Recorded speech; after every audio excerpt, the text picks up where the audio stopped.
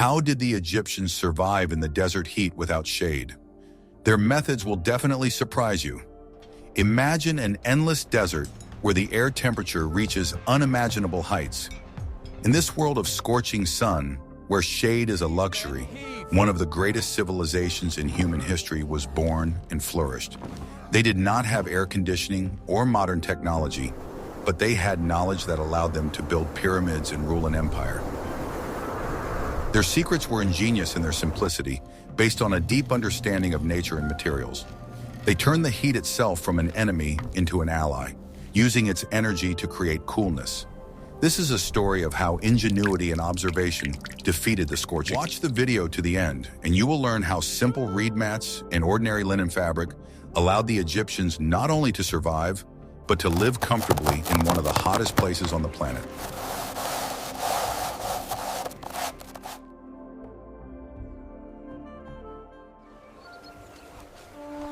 I will reveal the most closely guarded secret of the ancient Egyptians, which was more valuable than gold.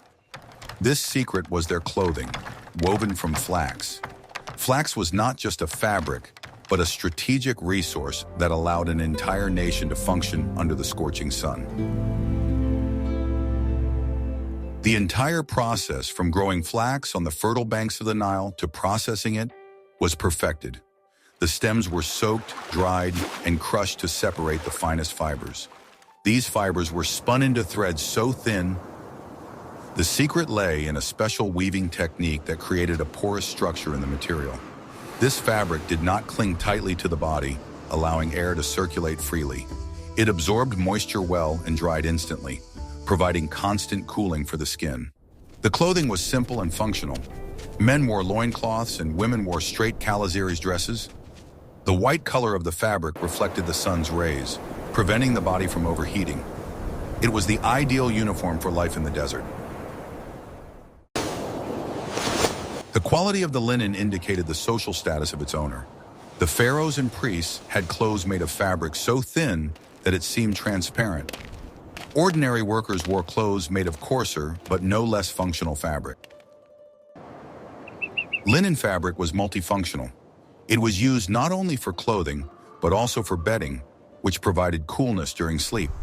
This fabric accompanied Egyptians throughout their lives. Newborns were wrapped in linen swaddling clothes. The finest linen clothes were worn for holidays and ceremonies. Even after death, the body of the deceased was wrapped in meters of the finest linen cloth. It was a symbol of purity and protection in the afterlife. Thus, simple linen fabric was not just clothing. It was a technology that allowed people to master the desert. It was the key to the comfort and survival of an entire civilization. Do you think modern fashion could learn something from ancient Egyptian clothing technology? Share your opinion in the comments. What if I told you that everything you knew about Egyptian houses was wrong? They weren't just dwellings, but sophisticated machines for combating the heat. Every element of their design served a single purpose: to create coolness inside. The foundation was made of Nile silt, which was used to make mud bricks. These bricks were dried in the sun, giving them incredible strength. The walls of the houses were made very thick. During the day, the thick walls slowly absorbed the sun's heat, preventing it from entering the rooms. The inside of the house remained at a comfortable temperature while it was hot outside. At night, the walls slowly released the heat accumulated during the day, warming the dwelling on cool desert nights. The windows in Egyptian houses were small and located high under the ceiling. This minimized the amount of direct sunlight entering the house. This arrangement also promoted natural ventilation. Hot air rose and escaped through the windows. The roofs of the houses were flat and also made of clay and straw. They served as additional space that was actively used. At dusk, the whole family could climb onto the roof to sleep under the open sky. Inner courtyards were a mandatory element of the homes of wealthy Egyptians. In the center of the courtyard, there was often a small pool or several trees. This created a microclimate where the air was more humid and cooler. Houses were built very close to each other, forming narrow streets. Most of the day, these streets were shaded by neighboring buildings. This allowed people to move around the settlement without suffering from direct sunlight. The walls of the houses, both outside and inside, were painted white.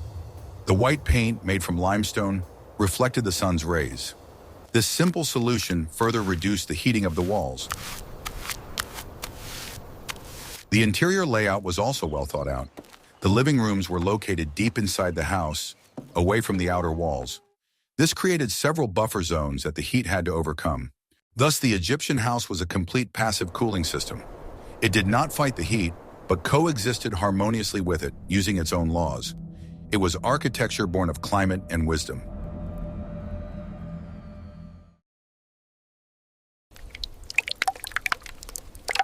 The secret that people today pay thousands for was available to every Egyptian. It was a simple but incredibly effective method of cooling the air. It was a true low-tech air conditioner that required only water and reeds. The Egyptians wove large mats from river reeds.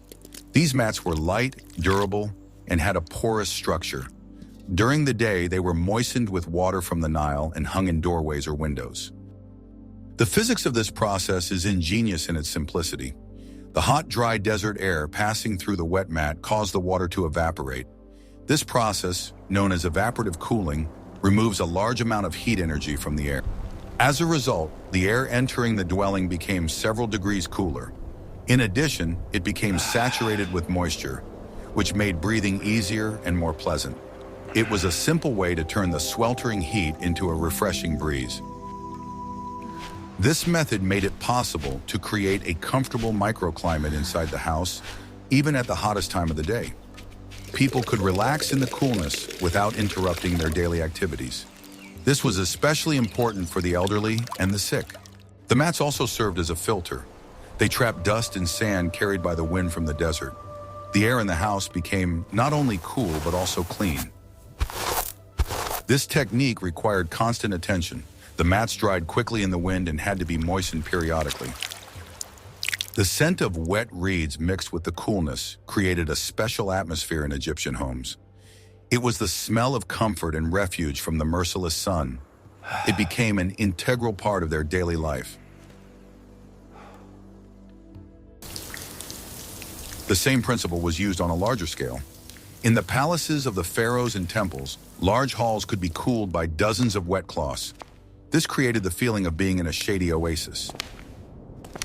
In this way, the Egyptians intuitively discovered and actively used one of the fundamental laws of thermodynamics.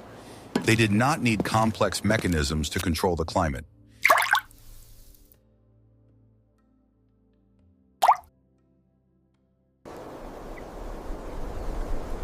Are you ready for the shocking truth about the working day of a pyramid builder?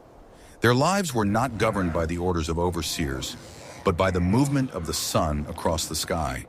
The entire daily routine was designed to minimize exposure to the scorching rays. The working day began with the first rays of the sun, when the air was still fresh and cool. This was when the heaviest physical work was done, carrying stone blocks and installing them. As noon approached and the sun rose to its zenith, the intensity of the work decreased. It was time for siesta, a long break that lasted through the hottest hours of the day. During the siesta, workers took shelter in the shade of temporary structures or inside their cool homes. They ate lunch, drank water and beer, and regained their strength. Work resumed only in the afternoon. When the sun began to set and the heat subsided, people returned to their workplaces. They continued to work until dusk. This rhythm of life was characteristic not only of builders, but also of farmers, craftsmen, and merchants. The entire economic life of the country came to a standstill at noon and revived in the evening. It was a nationwide adaptation to the climate. Even military campaigns were planned with the midday heat in mind. Long desert marches were mainly carried out at night or early in the morning. During the day, the army set up camp and rested. The Egyptians understood that it was useless to fight the sun. It was much wiser to adapt to its rhythm. They divided the day not into working hours and rest time, but into periods of heat and coolness. This daily routine allowed them to maintain high productivity and avoid mass heat stroke. It was the key to the health and well-being of the nation. Living in harmony with nature was the key to their success. Thus, time management was one of the main secrets of the Egyptian survival. They did not try to defeat the heat, but simply avoided it during the most dangerous times. It was a strategy of wise avoidance, not senseless struggle. Could you live at such a pace? But how did they protect the most vulnerable part of the body, the head?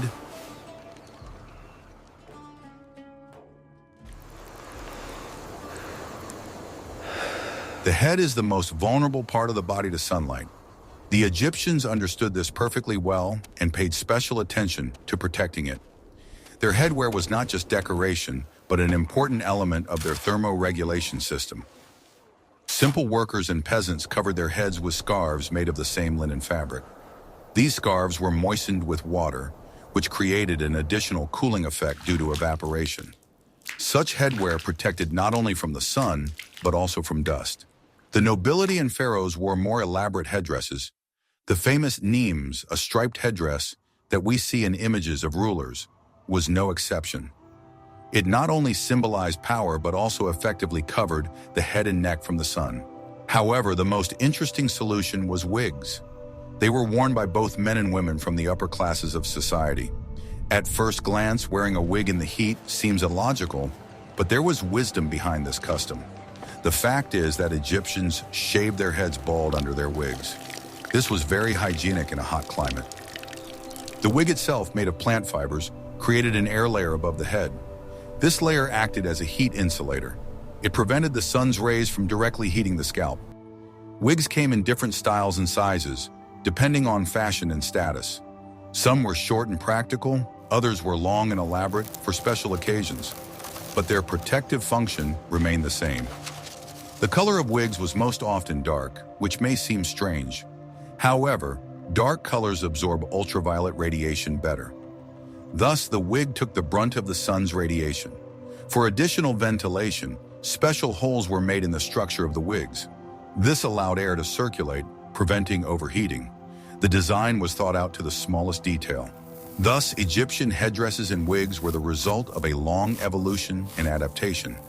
They combined symbolic, aesthetic, and, most importantly, practical functions. This was yet another example of how the Egyptians turned a potential problem into an elegant solution.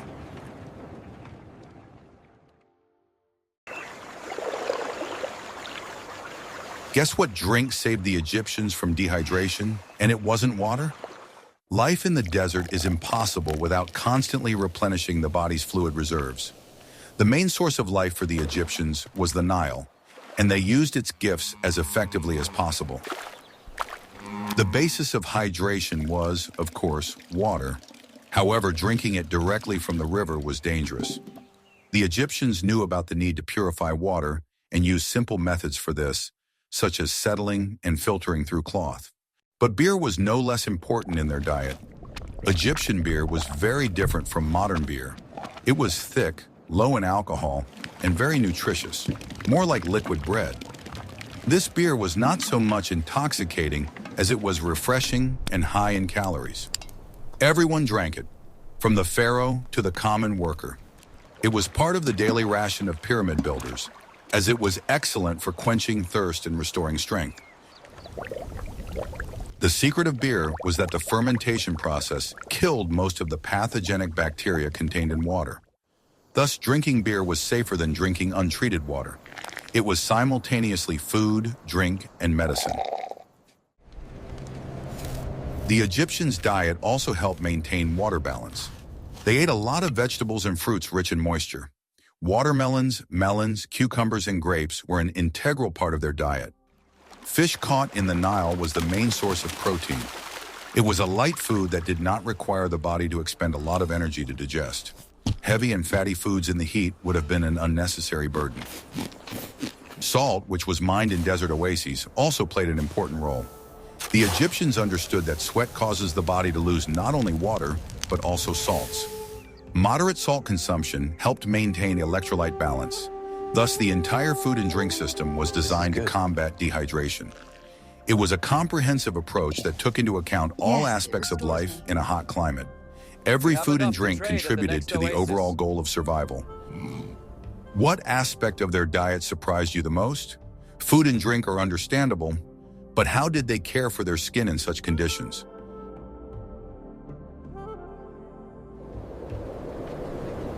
The famous makeup of the ancient Egyptians was not just decoration. It served an important protective function, shielding them from the harsh environment. Cosmetics were their first line of defense against the sun, wind, and sand. The most famous element was black eyeliner, called kohl. It was made from galena, a powdered lead sulfide. This powder was applied around the eyes, creating a characteristic almond-shaped slit.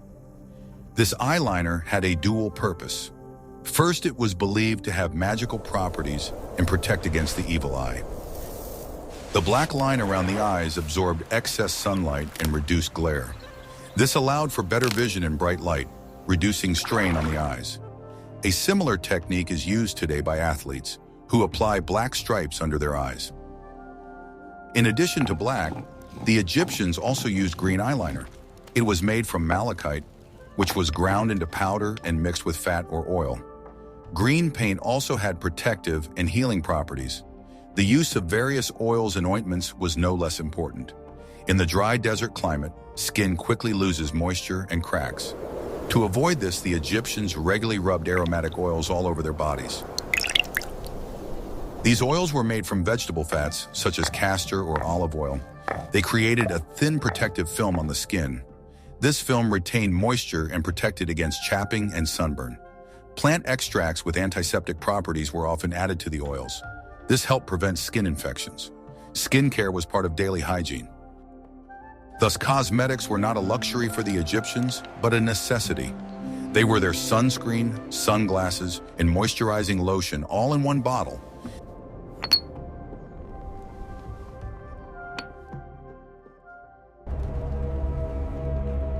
Although the desert lacked natural shade, the Egyptians masterfully created it themselves.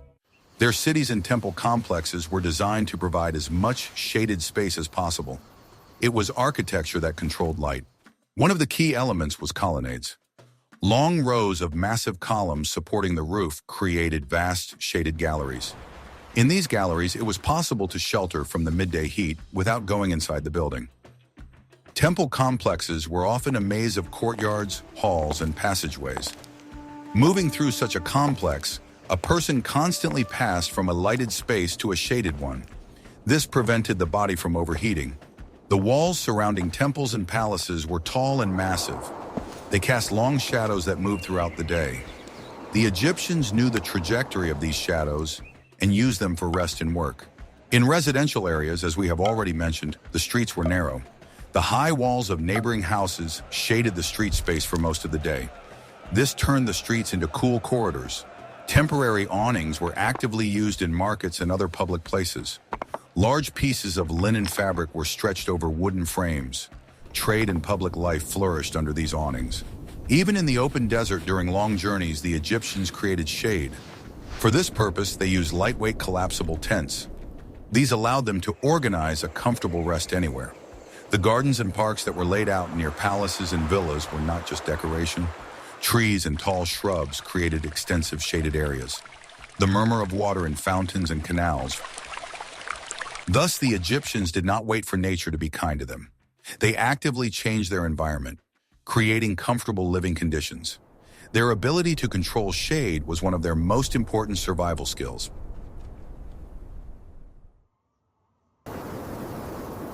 Survival in extreme conditions is not only about technology, but also about psychology.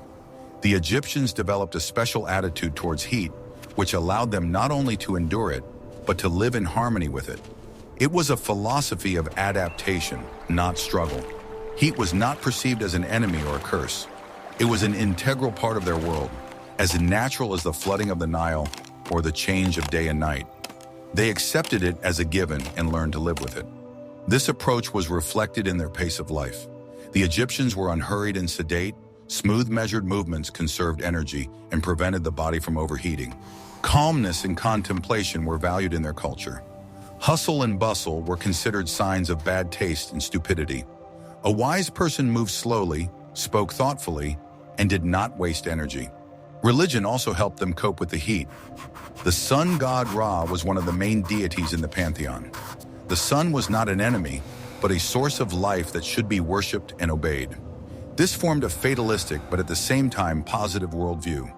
The heat was a manifestation of divine will and had to be accepted with respect. This eliminated unnecessary stress and panic. The social structure also contributed to adaptation. There was a developed system of mutual assistance. If someone suffered from the heat, their neighbors always came to their aid.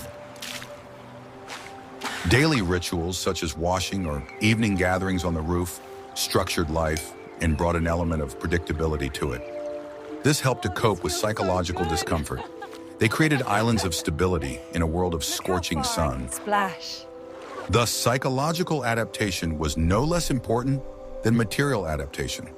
The Egyptians developed cultural mechanisms that allowed them to maintain their mental balance. Their strength lay in acceptance.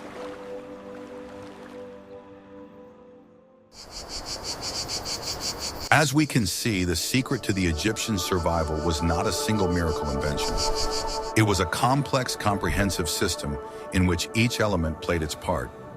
All their tricks and techniques worked together to create a synergistic effect. Linen clothing cooled the body from the outside. Proper diet and beverages maintained water balance from the inside.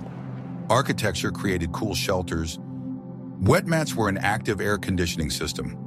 Cosmetics protected vulnerable areas of the skin and eyes. Artificial shade extended the comfortable space beyond the home. Psychological resilience and cultural norms strengthened the spirit. All these elements were closely intertwined. Remove one of them, and the whole system would become less effective. At the heart of it all was observation and a deep understanding of the laws of nature. The Egyptians did not try to conquer it. They learned from it, copied its principles, and used them for their own purposes. They understood the principles of evaporative cooling, thermal inertia, and convection. They knew how to control sunlight and air currents. Their knowledge was not theoretical, but purely practical. Their civilization is a striking example of how human intelligence can find solutions to the most complex problems. They prove that complex technologies are not always necessary for a comfortable life. Sometimes ingenuity and respect for the surrounding world. The history of ancient Egypt teaches us the importance of a comprehensive approach. To solve a big problem, you need to tackle it from different angles. This is the only way to achieve sustainable and long-term results. Their legacy is not only pyramids and tomb treasures. It is invaluable experience in adaptation and survival. This experience is relevant today when humanity is facing new climate challenges.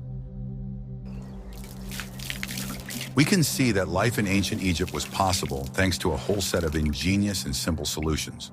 From clothing and architecture to diet and daily routine, everything was subordinated to one goal: to defeat the heat. It was not a battle fought with brute force, but an elegant game of wit. This knowledge allowed them not only to survive in the desert, but also to build a civilization that still amazes our imagination. Their story is a hymn to human ingenuity and the ability to adapt to the harshest conditions. It proves that the most effective solutions are often the simplest. What other secrets of ancient civilizations would you like to uncover with us? Suggest topics for future videos you would like to see in the comments. And don't forget to subscribe to our channel.